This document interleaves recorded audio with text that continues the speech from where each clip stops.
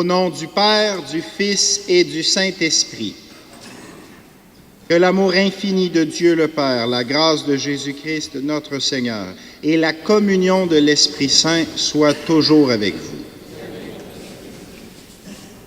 Lors de notre baptême, nous sommes entrés dans la vie même de Dieu Père, Fils et Esprit Saint.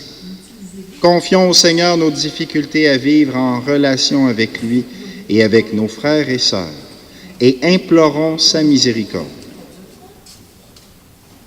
Seigneur Jésus, tu nous révèles que Dieu est ton Père et notre Père, la source de tout ce qui existe. Béni sois-tu et prends pitié de nous. Ô Christ, tu nous enseignes à entrer en relation intime avec le Père et à aimer les autres qui sont nos frères et nos sœurs. Béni sois-tu et prends pitié de nous. Seigneur, tu nous donnes ton esprit qui habite dans notre cœur et nous appelle à vivre en communion les uns avec les autres. Béni sois-tu et prends pitié de nous. Que Dieu Tout-Puissant, source de tout amour, nous fasse miséricorde, qu'il nous pardonne nos péchés et nous conduise à la vie éternelle. Chantons la gloire de Dieu.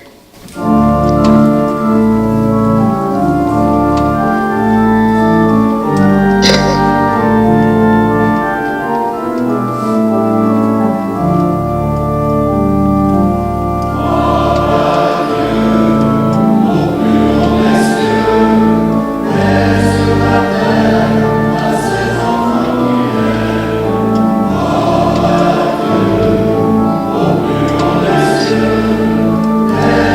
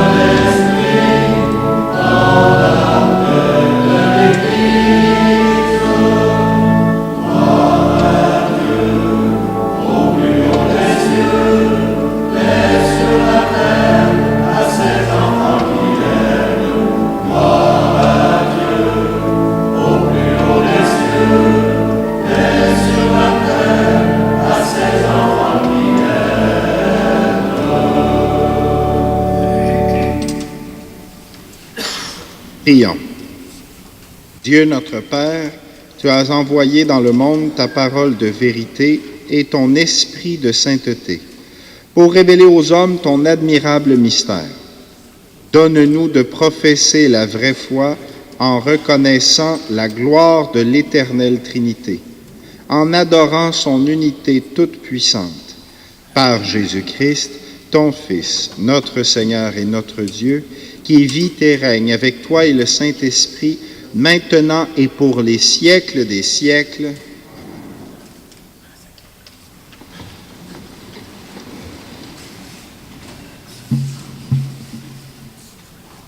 Lecture du livre du Deutéronome. Moïse disait au peuple, « Interroge donc les temps anciens qui t'ont précédé, depuis le jour où Dieu créa l'homme sur la terre. D'un bout du monde à l'autre, est-il arrivé quelque chose d'aussi grand? A-t-on jamais connu rien de pareil? Est-il un peuple qui ait entendu comme toi la voix de Dieu parlant du milieu du feu et qui soit resté en vie? Est-il un Dieu qui a entrepris de se choisir une nation, de venir la prendre au milieu d'une autre à travers des épreuves, des signes, des prodiges et des combats, à main forte et à bras étendus, et par des exploits terrifiants, comme tu as vu le Seigneur ton Dieu le faire pour toi en Égypte? Sache donc aujourd'hui, et médite cela en ton cœur. C'est le Seigneur qui est Dieu, là-haut dans le ciel, comme ici-bas sur la terre. Il n'y en a pas d'autre. Tu garderas les décrets et les commandements du Seigneur que je te donne aujourd'hui, afin d'avoir, toi et tes fils, bonheur et longue vie sur la terre que te donne le Seigneur, ton Dieu, tous les jours. Parole du Seigneur.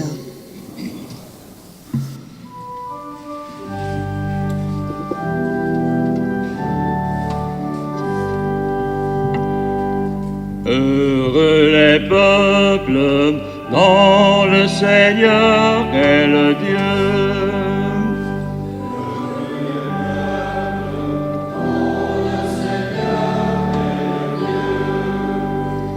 Oui, elle est droite, la parole du Seigneur. Il est fidèle en tout ce qu'il fait. Il aime le bon droit et la justice. La terre est remplie de son amour.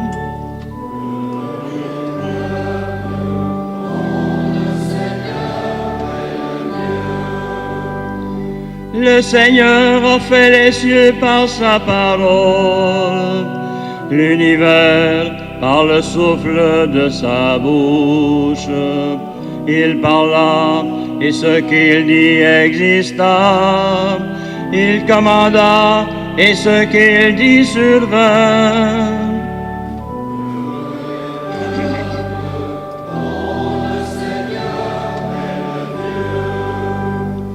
Dieu veille sur ceux qui le craignent, qui mettent leur espoir en son amour, pour les délivrer de la mort, les garder en vie au jour de famine.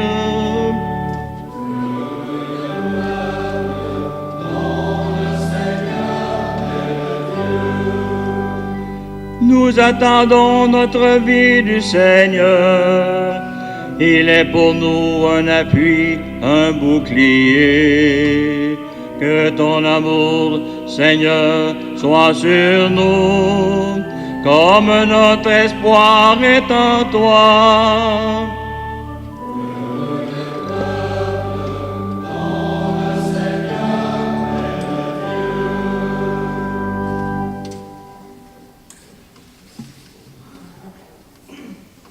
Lecture de la lettre de Saint Paul apôtre aux Romains.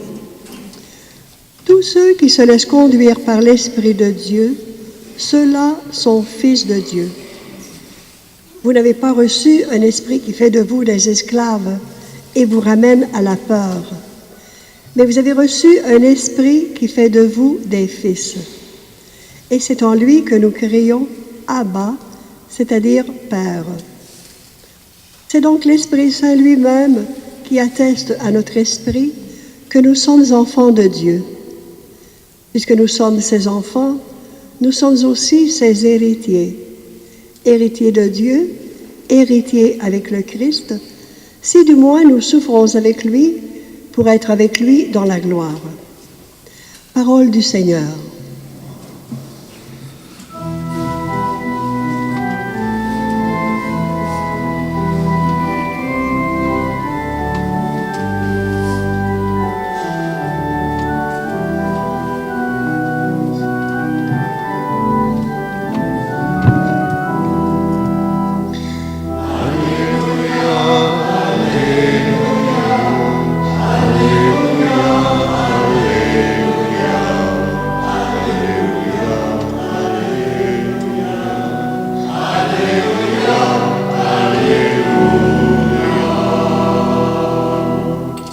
Gloire au Père et au Fils et au Saint-Esprit, au Dieu qui est, qui était et qui vient. Alléluia, Alléluia, Alléluia, Alléluia, Alléluia, Alléluia, Alléluia. Le Seigneur soit avec vous. Évangile de Jésus-Christ selon saint Matthieu. En ce temps-là, les 11 disciples s'en allèrent en Galilée, à la montagne où Jésus leur avait ordonné de se rendre. Quand ils le virent, ils se prosternèrent, mais certains eurent des doutes. Jésus s'approcha d'eux et leur adressa ces paroles. « Tout pouvoir m'a été donné, au ciel et sur la terre. Allez, de toutes les nations, faites des disciples, baptisez-les au nom du Père et du Fils et du Saint-Esprit. Apprenez-leur à observer tout ce que je vous ai commandé. Et moi, je suis avec vous tous les jours jusqu'à la fin du monde. » Acclamons la parole de Dieu. Louange à toi, Seigneur Jésus.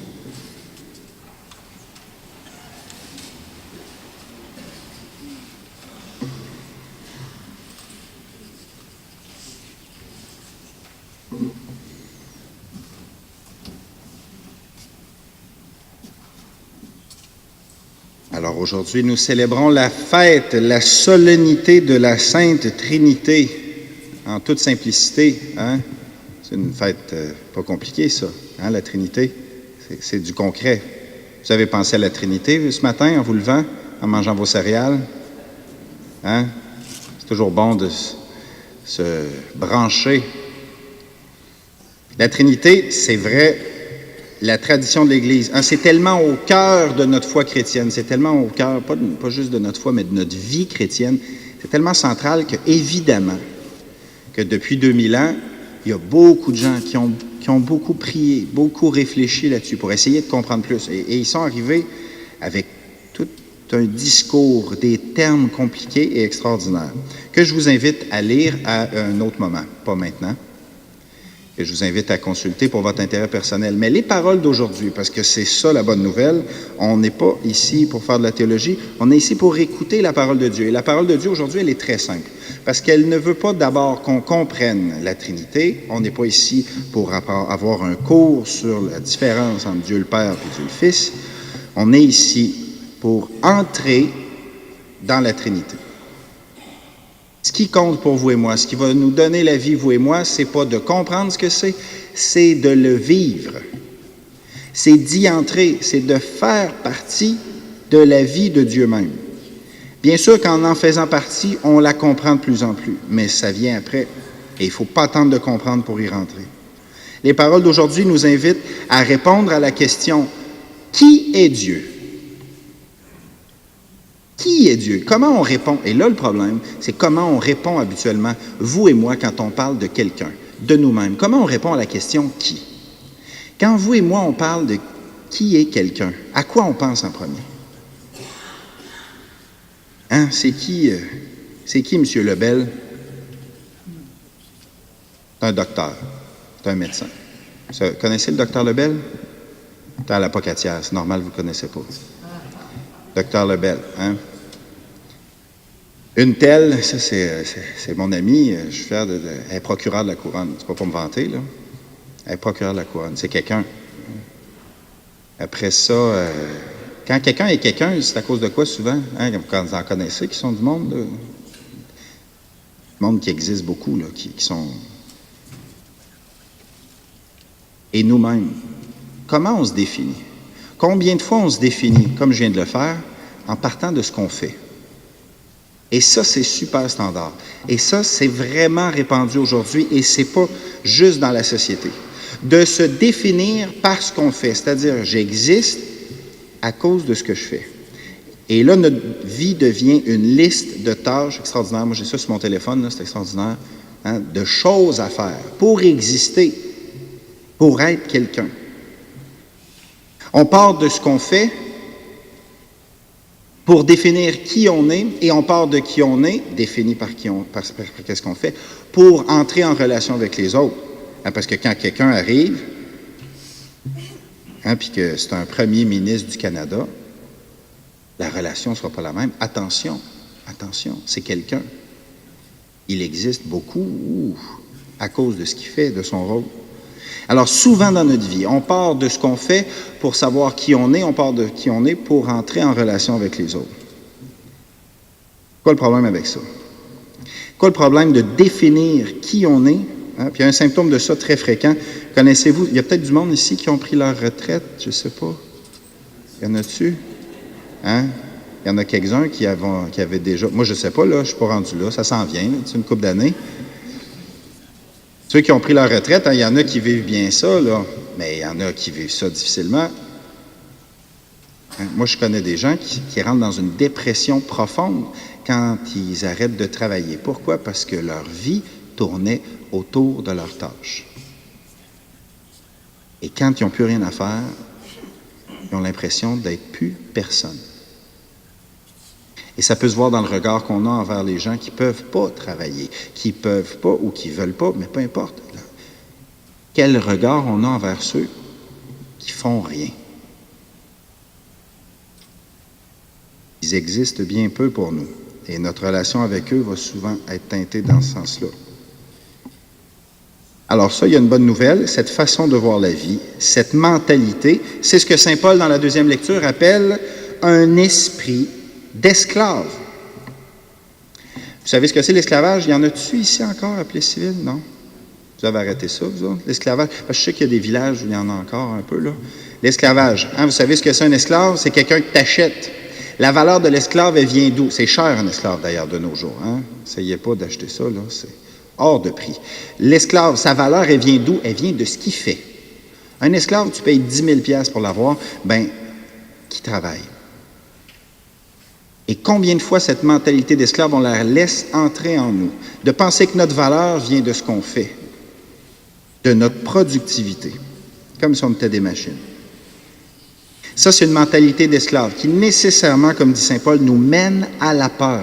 Parce qu'on a cette relation-là envers les autres et cette relation-là envers Dieu aussi.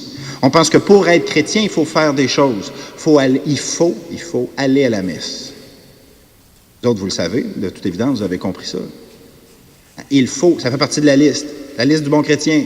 Aller à la messe, aller puncher à la messe du dimanche. Check. Là, je suis chrétien. Après ça, c'est quoi on a chacun nos listes, là. Qu'est-ce qu'il y a sur vos listes à vous autres pour être un bon chrétien? Et c'est pas des grosses listes. Lire la parole de Dieu. Bon, Mélanie est crinquée, elle lire la parole de Dieu. Là, check. En parler aux autres autour de nous autres. Là, il faut, check. Là, ça, c'est nos tâches. Hein? Puis là, si on fait ça, on est chrétien. Si on fait ça, on est correct. On est dans la bonne équipe. Ça va bien finir pour nous autres. Ça, c'est une mentalité d'esclave. Et ça mène à la peur, parce qu'on n'a jamais l'impression d'en faire assez. Alors, si aujourd'hui, il y a quelqu'un ici qui est tanné de cette mentalité d'esclave, moi, je vois qu'à chaque fois que je laisse cet esprit-là prendre le dessus dans ma vie, hein, je vois ma vie de prêtre comme une liste de choses à faire, ça devient d'une lourdeur infinie, d'une platitude infinie. Ce que la parole d'aujourd'hui nous invite à vivre et à faire, c'est à vivre comme vit Dieu. Recevoir un esprit de fils et de fille. C'est quoi un fils? Qu'est-ce qu'il faut faire pour être un fils ou une fille? Il y en a ici des fils et des filles de vos parents. Vous êtes fils et filles de vos parents, tout le monde? Vous avez fait quoi pour ça? Hein? Rien. Les autres, ils ont fait de quoi, idéalement, là? Vous autres, vous n'avez rien fait. Non seulement vous n'avez rien fait pour cette relation-là, mais c'est même pas quelque chose, c'est pas à cause de qui vous êtes, c'est le contraire. Vous êtes qui vous êtes, je suis qui je suis à cause que je suis le fils de mon père, le fils de ma mère. En Dieu, et c'est ce que l'Esprit Saint veut nous dire à travers les paroles d'aujourd'hui. En Dieu et avec Dieu, c'est pas mes tâches qui définissent qui je suis qui vont définir mes relations. C'est le contraire. C'est les relations que je vis qui vont définir qui je suis. Et ça va définir qu'est-ce que je fais et comment je le fais. Et c'est un changement radical. Ça change complètement la vie. Y a-t-il des parents ici? Hein, j'en vois avec les enfants. Il y a des tâches. Hein? À être parent, il paraît qu'il y a 2-3 tâches là, chaque jour. Hein? Il y en a des tâches à être parent. Hein, je les vois dans le fond, là, ça ne chôme pas. Si on part des tâches, si on part de ce qu'il faut faire, la vie de parent, c'est intenable. C'est d'une lourdeur dégueulasse.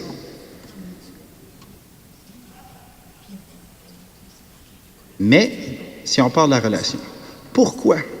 Bien sûr qu'il faut faire des choses, mais pourquoi? Ce qui est premier en Dieu et avec Dieu et dans la vie que Dieu veut pour nous, c'est la relation. C'est l'amour que tu as envers tes enfants. C'est l'amour qu'on a envers Dieu. C'est l'amour qu'on a entre nous. C'est l'amour qu'on a pour nous-mêmes qui définissent qui on est. Et ça, c'est une source, ça, c'est un moteur pour agir. Alors oui, je vais faire des choses pour mes enfants. Bien sûr que je vais faire des choses comme vicaire. Sinon, hein, je vais me faire couper ma paye, là. Mais d'abord à cause des relations, d'abord à cause que je sais que je suis fils de Dieu. Je suis branché à cette relation-là. Et cette relation-là, elle est en premier dans ma vie. D'abord, je suis fils de Dieu. Et si je perds de vue cette relation-là, je ne sais plus qui je suis et je ne sais pas quoi faire. Enfants, nous sommes héritiers.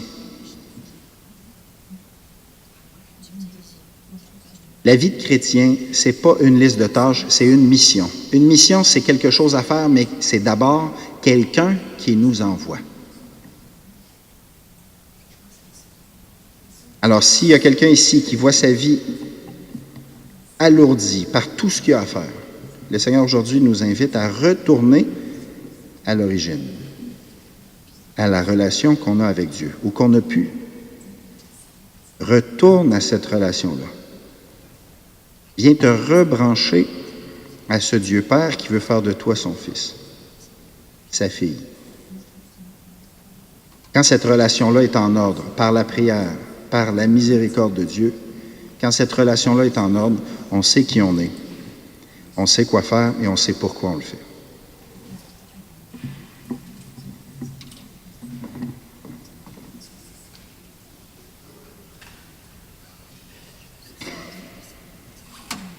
Levons-nous pour proclamer notre foi.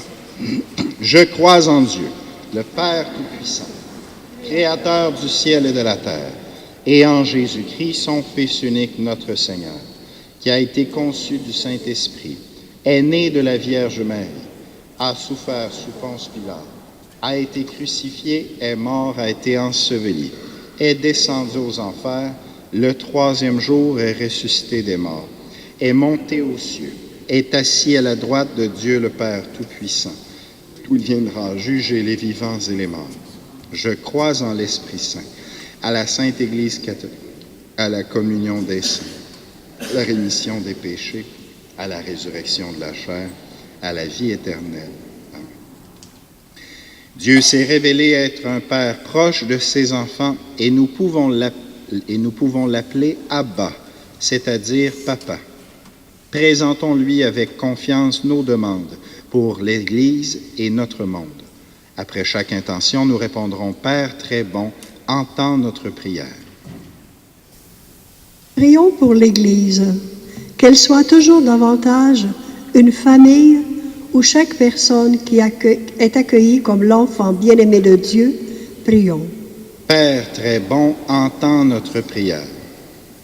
Prions pour les croyants et croyantes des diverses confessions chrétiennes, qu'ils parviennent à mieux se connaître et à œuvrer ensemble pour l'unité. Père très bon, entends notre prière. Prions pour les responsables politiques, que leurs décisions et leurs interventions assurent la justice et la paix dans leur pays. Père très bon, entends notre prière. Prions pour les personnes qui ne croient pas ou qui hésitent à croire en Dieu, que les témoignages des disciples du Christ éveillent en elles le désir de le connaître. Père très bon, entends notre prière. Prions pour notre communauté rassemblée, qu'elle grandisse dans la foi, la fraternité et l'unité. Père très bon, entends notre prière. Seigneur, tu es notre Père, nous sommes tes enfants, nous t'en prions. Écoute-nous avec bienveillance et exauce-nous. Nous te le demandons par ton Fils, Jésus-Christ, notre Seigneur. Amen.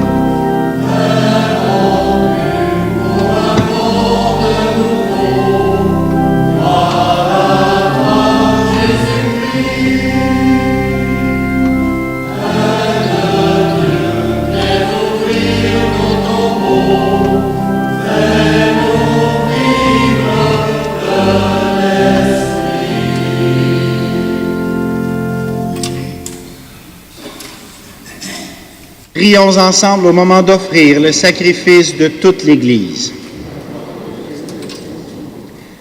Sanctifie, Seigneur notre Dieu, le sacrifice sur lequel nous invoquons ton nom très saint, et par cette Eucharistie, fais de nous-mêmes une éternelle offrande à ta gloire, par Jésus, ton Fils, notre Seigneur. Le Seigneur soit avec vous. Élevons notre cœur. Rendons grâce au Seigneur notre Dieu. Vraiment, il est juste et bon de te rendre gloire, de t'offrir notre action de grâce toujours et en tout lieu. À toi, Père très saint, Dieu éternel et tout-puissant. Avec ton Fils unique et le Saint-Esprit, tu es un seul Dieu, tu es un seul Seigneur. dans la Trinité des personnes et l'unité de leur nature, ce que nous croyons de ta gloire parce que tu l'as révélé, nous le croyons pareillement et de ton Fils et du Saint-Esprit.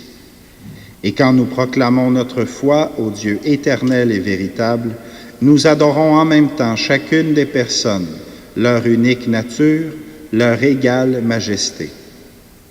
C'est ainsi que les anges et les archanges et les plus hautes puissances des cieux ne cessent de chanter d'une même voix.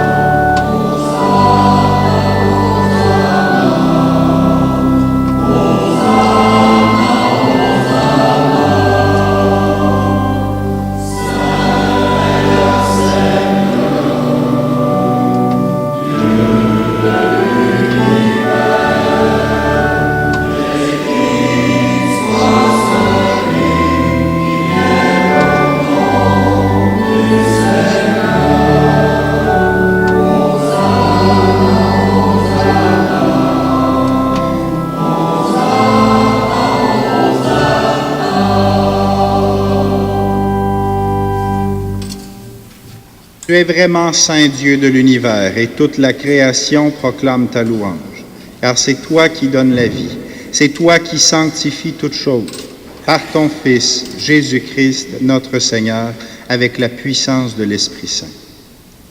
Et tu ne cesses de rassembler ton peuple, afin qu'il te présente partout dans le monde une offrande pure. C'est pourquoi nous voici rassemblés devant toi, et dans la communion de toute l'Église, en ce premier jour de la semaine, nous célébrons le jour où le Christ est ressuscité d'entre les morts. Par lui que tu as élevé à ta droite, Dieu notre Père, nous te supplions de consacrer toi-même les offrandes que nous apportons. Sanctifie-les par ton Esprit, pour qu'elles deviennent le corps et le sang de ton Fils, Jésus-Christ, notre Seigneur, qui nous a dit de célébrer ce mystère. La nuit même où il fut livré, il prit le pain. En te rendant grâce, il le bénit, il le rompit et le donna à ses disciples en disant : « Prenez et mangez-en tous, ceci est mon corps livré pour vous. »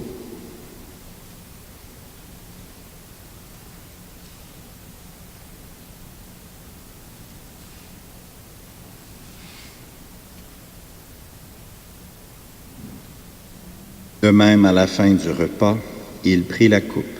En te rendant grâce, il la bénit et la donna à ses disciples en disant : « Prenez et buvez-en tous, car ceci est la coupe de mon sang, le sang de l'alliance nouvelle et éternelle, qui sera versé pour vous et pour la multitude en rémission des péchés.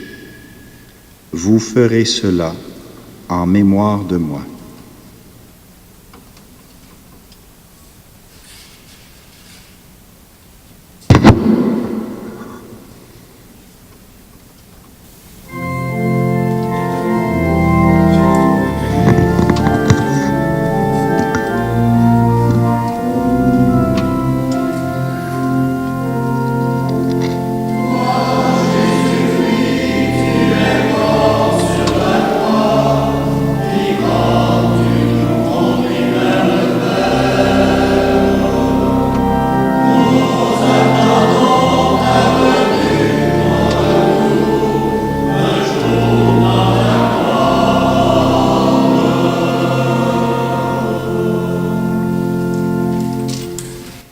En faisant mémoire de ton Fils, de sa passion qui nous sauve, de sa glorieuse résurrection et de son ascension dans le ciel, alors que nous attendons son dernier avènement, nous présentons cette offrande vivante et sainte pour te rendre grâce. Regarde, Seigneur, le sacrifice de ton Église et daigne y reconnaître celui de ton Fils, qui nous a rétablis dans ton alliance. Quand nous serons nourris du corps, de son corps et de son sang, et remplis de l'Esprit Saint, accorde-nous d'être un seul corps et un seul esprit dans le Christ. Que l'Esprit Saint fasse de nous une éternelle offrande à ta gloire, pour que nous obtenions un jour les biens du monde à venir, auprès de la Vierge Marie, la bienheureuse Mère de Dieu, avec Saint Joseph son époux, les apôtres, les martyrs, les saints et les saintes qui ne cessent d'intercéder pour nous. Et maintenant, nous te supplions, Seigneur, par le sacrifice qui nous réconcilie avec toi, étends au monde entier le salut et la paix. Affermis la foi et la charité de ton Église au long de son chemin sur la terre.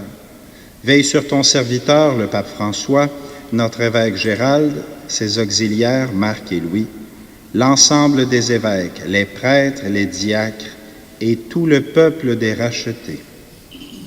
Écoute les prières de ta famille assemblée devant toi et ramène à toi, Père très aimant, tous tes enfants dispersés. Pour nos frères et sœurs défunts, pour les hommes et les femmes qui ont quitté ce monde et dont tu connais la droiture, nous te prions, spécialement ce jour, pour Rémi Lachance. Reçois-les dans ton royaume, où nous espérons être comblés de ta gloire, tous ensemble et pour l'éternité, par le Christ notre Seigneur, par qui tu donnes au monde toute grâce et tout bien. Par lui, avec lui et en lui, à toi, Dieu le Père Tout-Puissant, dans l'unité du Saint-Esprit, tout honneur et toute gloire pour les siècles des siècles.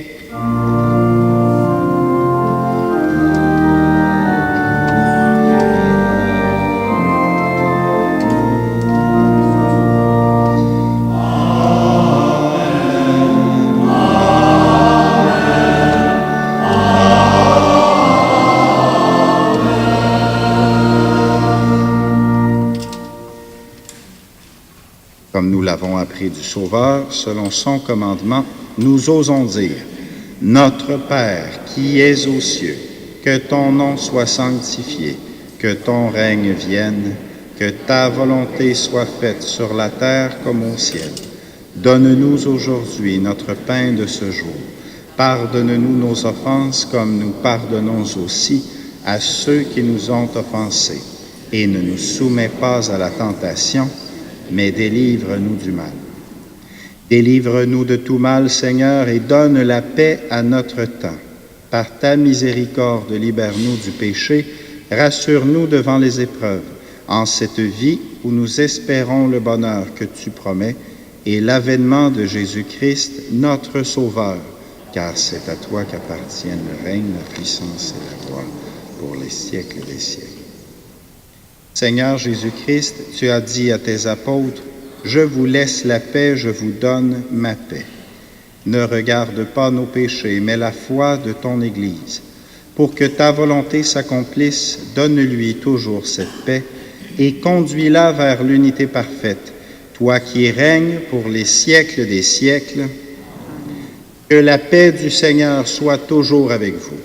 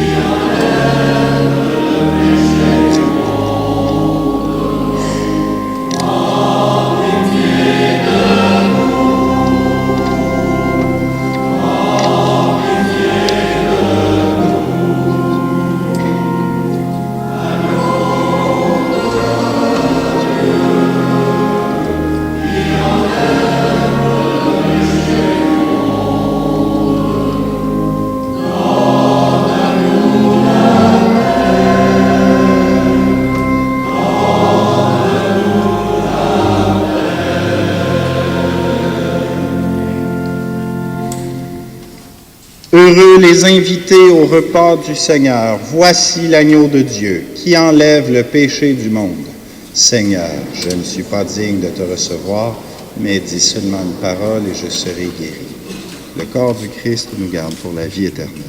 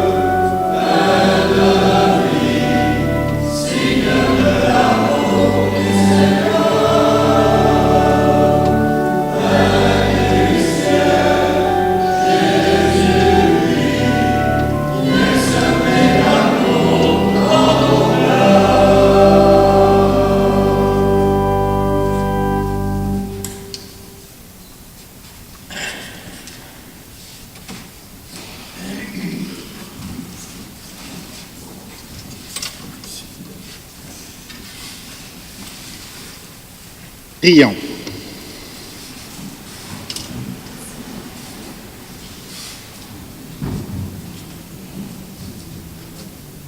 Puissions-nous trouver, Seigneur, le salut de l'âme et du corps dans le sacrement que nous avons reçu, tandis que nous affirmons notre foi en la Trinité, éternelle et sainte, comme en son indivisible unité.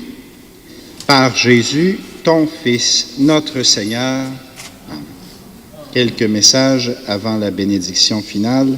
D'abord, nous recommandons à vos prières Madame Lisette Brûlé de Plessisville, décédée à l'âge de 75 ans. Ses funérailles ont lieu hier, ici à Saint-Calixte. Madame Denise Bérubé de Plessisville, décédée à l'âge de 80 ans. Ses funérailles ont lieu hier, ici à Saint-Calixte. Monsieur Ernest Bourgeois, résident dernièrement à Québec, décédé à l'âge de 95 ans. Ses funérailles auront lieu samedi prochain à 11h30 à Lister. Monsieur Gérard Maud de Plessisville, décédé à l'âge de 88 ans. Ses funérailles seront célébrées samedi prochain à 14h ici à Saint-Calixte. Dernier rappel concernant la fête de la fidélité. On fêtera cette fête de la fidélité dans le cadre de notre célébration du dimanche prochain. Donc, les couples ou les religieux qui célèbrent 25, 30 ans, 35 ans, 40, 50, 60, soit jusqu'à 100 ans d'engagement, il n'y a pas de problème. Vous êtes invités à vous inscrire au presbytère cette semaine pour qu'on puisse souligner la fidélité du Seigneur dans nos vies dans le cadre de cette célébration dimanche prochain. Très important pour toutes les familles que vous connaissez ou que vous êtes et qui sont intéressées à vivre le sacrement de la première communion ou de la confirmation l'année prochaine. Tous ceux qui sont intéressés au parcours de préparation à la première communion ou à la confirmation pour l'an prochain, il y a une rencontre d'information dimanche le 10 juin à 4h30. Dimanche le 10 juin à 4h30 à Fatima, une rencontre d'information et d'inscription pour les parcours de catéchèse de l'an prochain. Donc, parlez-en aux familles autour de vous qui pourraient être intéressées. Finalement, il y aura des rencontres très importantes dans les prochaines semaines concernant les changements qui devront être apportés à la façon de célébrer le dimanche dans nos différentes communautés pour l'an prochain. Donc, ce sont des changements qui vont modifier certains horaires, certaines façons de vivre les célébrations dès l'automne prochain. Donc, il y aura une rencontre d'information lundi le 11 juin à 7h30 ici même, ou mardi le 12 juin, le lendemain, à l'église de Lister. Ça va être la même rencontre d'information les deux fois. Vous n'êtes pas obligé de venir aux deux fois, là, ça serait de l'excès. Mais vous êtes vraiment invités à vous présenter à une de ces deux rencontres pour bien comprendre les changements qu'on est appelé à vivre comme paroisse dès l'automne prochain dans notre façon de vivre le dimanche. Le Seigneur soit avec vous. Que Dieu Tout-Puissant vous bénisse, le Père, le Fils et le Saint-Esprit. Allez dans la paix du Christ.